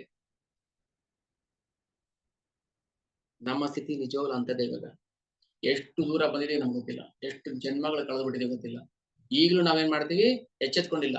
ಜೀವ್ ಜಾಗು ಗೌರಾಚಾಂದ್ ಬೋಲೆ ಹೋತಾ ನಿದ್ರೆ ಕರೋ ಮಾಯಾ ಪಿಶಾಚ. ಟ್ರೈನ್ ಹೋಗ್ತಾ ಇದೆ ರಾಂಗ್ ಡೈರೆಕ್ಷನ್ ಅಲ್ಲಿ. ಇವ್ನು ಮಲಗಿದಾನೆ, ಕಾರ್ಡ್ಸ್ ಆಡ್ಕೊಂಡು, ಇಸ್ಪಿಟ್ ಆಡ್ಕೊಂಡು, ಚಕ್ಕವಾರ ಆಡ್ಕೊಂಡು ಮಲಗಿದಾನೆ ಟ್ರೈನ್ ಅಲ್ಲಿ. ಅದು ಗೊತ್ತೇ ಆಗ್ತಿಲ್ಲ ಅವನ್ಗೆ. ಇದು ನಮ್ಮ ವಾಸ್ತವಿಕ ಸ್ಥಿತಿ. ಜ್ಞಾನ ಇಲ್ಲ ಅಂದ್ರೆ ನಾವು ನಾವಿಕನಿಲ್ಲದ ದೋಣಿ ಆಗ್ಬಿಡುತ್ತೆ. ಅದಕ್ಕೆ ಕೇರ್ಫುಲ್ ಆಗಿ ನಾವು ಜೀವನವನ್ನ ನಮ್ಮ ಕೈಲಿದೆ. ಕೃಷ್ಣ ನಮ್ಗೆ ಆಪ್ಷನ್ ಕೊಟ್ಟಿದೆ, ಕರ್ಮಣ್ಯೇವ ಅಧಿಕಾರಸ್ಥೆ ಮಾ ಫಲೇಶು ಕದಾಚನ. ಜ್ಞಾನ ಪ್ರತಿಯೊಬ್ಬರಿಗೂ ಕೊಟ್ಟಿದ್ದೀನಿ ನಾನು, ಯುಟಿಲೈಸ್ ಮಾಡ್ಕೊಳ್ಳಿ. ಸರಿಯಾದ ದಾರಿಯಲ್ಲಿ ನೀವು ನಿಮ್ ಜೀವನವನ್ನ ರೂಢಿಸ್ಕೊಳ್ಳಿ. ನೆಕ್ಸ್ಟ್ ಚಾಪ್ಟರ್ಗೆ ಇದು ಪೀಠಿಕೆ. ಪ್ರಕೃತಿ 3 ಗುಣಗಳನ್ನ ಮೀರಿ ಹೋಗಿ ಹೇಗೆ ಕೃಷ್ಣ ಮೀರಿ ಹೋಗೋದು, ಬನ್ನಿ ನನ್ನ ಹತ್ರಕ್ಕೆ. ಹರೇ ಕೃಷ್ಣ ಕೃಷ್ಣ ಕೃಷ್ಣ ಹರೇ ಹರೇ, ರಾಮ ರಾಮ ರಾಮ ಹರೇ ಹರೇ. ಒಂದೇ ಆಪ್ಷನ್ ಇರೋದು ನಮಗೆ ಇವಾಗ. ಪ್ರಕೃತಿ ಗುಣಗಳನ್ನ ಮೀರಕ್ಕೆ ನಮ್ಗೆ ಇರೋದು ಒಂದೇ ಆಪ್ಷನ್. ಅದನ್ನ ನೆಕ್ಸ್ಟ್ ಚಾಪ್ಟರ್ ಹೇಳ್ತಾನೆ. ಅದಕ್ಕೋಸ್ಕರ ಇದೆಲ್ಲ ಪೀಠಿಕೆ ಆಯ್ತು. ಓಕೆನಾ? ಇಷ್ಟೇ ತುಂಬಾ ಸಿಂಪಲ್ ಆಗಿದೆ. ಅದು ನಾನು ಸ್ವಲ್ಪ ಎಲಾಬರೇಟ್ ಮಾಡಿ ಹೇಳಿದ್ ನನಗೆ ಗೊತ್ತಿಲ್ಲ, ತುಂಬಾ ಸಿಂಪಲ್ ಆಗಿದೆ. ಓಕೆ, ಗೊತ್ತಾಯ್ತಾ? ಚಾಂಟಿಂಗ್ ಮಾಡಿ. 6 ರೌಂಡ್ ಚಾಂಟಿಂಗ್ ಯಾರು ಮಾಡ್ತಾ ಇದ್ದೀರಾ ಅವರು ಆದಷ್ಟು ಬೇಗ ಶಿಕ್ಷಾ ಪೇಪರ್ಸ್ ತಗೊಳ್ಳಿ. ಏನು ಶಿಕ್ಷಾ ಪೇಪರ್ಸ್ ಹೇಗೆ ಅದನ್ನ ನಾವು ಹೇಳ್ತೀವಿ. ಯಾರಿಗೆ ಈ ಜನ್ಮದಲ್ಲೇ ನಾವು ಒಬ್ಬ ಗುರು ಆಶ್ರಯಕ್ಕೆ ಬರ್ಬೇಕು, ನನಗೆ ಭಗವಂತನ ಕೃಪೆ ಬೇಕು ಅಂತ ಆಸೆ ಪಡ್ತೀರಾ, ಅವರು ಶಿಕ್ಷಕ ಪುಸ್ತಕಗಳು ದಯವಿಟ್ಟು ಮಾಡಿ. ಓಕೆನಾ? ಕೆಲವ್ರಿಗೆ ಏನಂದ್ರೆ ಎಲ್ ಅಷ್ಟು ಸುಲಭನೂ ತಗೋಬೇಕು ಪ್ರಭುಜಿ? ಹರೇ ಕೃಷ್ಣ ಪ್ರಭು. ಹಾ ಪ್ರಭು, ಎಲ್ ತಗೋಬೇಕು ಪ್ರಭುಜಿ ಶಿಕ್ಷಾ ಪೇಪರ್? ನಾನು ಹೇಳ್ತೀನಿ, ನೀವು ಸುಮ್ಮನೆ ಅದನ್ನ ಕೇಳಿಸ್ಕೊಳ್ಳಿ. ಈಗ ಅದನ್ನ ಸಮಯ ಬಂದಾಗ ನಾನು ನಿಮ್ಗೆ ಹೇಳ್ತೀನಿ. ತುಂಬಾ ಸಿನ್ಸಿಯರ್ ಪ್ರಾಕ್ಟೀಸ್, ಮ್ಯೂಟ್ ಮಾಡ್ಕೊಳ್ಳಿ. ತುಂಬಾ ಸಿನ್ಸಿಯರ್ ಆಗಿ ಪ್ರಾಕ್ಟೀಸ್ ಮಾಡ್ಬೇಕು ನಾವು. ಚಾಂಟಿಂಗ್, ಪ್ರಸಾದ, ರೆಗ್ಯುಲರ್ ಪ್ರಿನ್ಸಿಪಲ್ಸ್, ಸೊ ಇವೆಲ್ಲ ಸಿನ್ಸಿಯರ್ ಆಗಿ ಪ್ರಾಕ್ಟೀಸ್ ಮಾಡ್ಬೇಕು. ಇದಿಲ್ದೆ ನಾವು ಭಕ್ತಿ ಸೇವೆಯಲ್ಲಿ ನೀರಿಗೆ ಆಪೋಸಿಟ್ ನಾವು ಇದ್ದಂಗೆ ಆಗ್ಬಿಡುತ್ತೆ. ಕೊನೆ ಒಂದಿನ ಅಲೆಗೆ ಕೊಚ್ಕೊಂಡು ಹೋಗೋ ಚಾನ್ಸ್ ಇರುತ್ತೆ. ಅದಕ್ಕೆ ಸೀರಿಯಸ್ ಪ್ರಾಕ್ಟೀಸ್ ಮಾಡಿ, ಮನಸ್ಸಲ್ಲಿ ಒಂದು ಥಾಟ್ಸ್ ಕೊಡಿ, ಇಲ್ಲ ನಾನು ಶ್ರದ್ಧಾವಾನ್ ಆಗ್ಬೇಕು, ನಾನು ಶ್ರದ್ಧಾವಾನ್ ಲಭತೆ ಜ್ಞಾನಂ. ಓಕೆ, ಮಿಕ್ಕಿದ್ದು ನಡ್ಕೊಂಡು ಹೋಗ್ತಾರೆ. ಓಕೆ, ಸೊ ಶ್ರದ್ಧೆ ಬೆಳೆಸ್ಕೊಳ್ಳಿ, ದೃಢ ಸಂಕಲ್ಪ ಮಾಡಿ, ಭಗವದ್ಗೀತೆ ಭಾಗವತ ಪ್ರತಿನಿತ್ಯ ಓದಿ, ಅರ್ಧ ಗಂಟೆ ಟೈಮ್ ಕೊಡಿ. ನೀವು ಅಭಕ್ತ ಸಾಹಸ ಮಾಡಬಾರ್ದು. ಆಮೇಲೆ ಬೇಡದಿರೋ ವಿಚಾರಗಳ ಬಗ್ಗೆ ಚರ್ಚೆ ಮಾಡಬಾರ್ದು. ಇದೆಲ್ಲ ವೈಷ್ಣವನ್ qualities. Loose talks, unwanted things ನಾವು ಯೋಚನೆ ಮಾಡೋದು, ಭವಿಷ್ಯದ ಬಗ್ಗೆ ಯೋಚನೆ ಮಾಡೋದು, ಅವೆಲ್ಲ ಎನರ್ಜಿ ಲಾಸ್ ಆಗುತ್ತೆ. ಓಕೆ, ಸ್ಟಾಪ್ ಮಾಡೋಲ್ಲಿಗೆ. ನೆಕ್ಸ್ಟ್ ಕ್ಲಾಸಿಂದ ಭೌತಿಕ ಪ್ರಕೃತಿಯ ತ್ರಿಗುಣಗಳು, 14th chapter. Thank you. Hare Krishna.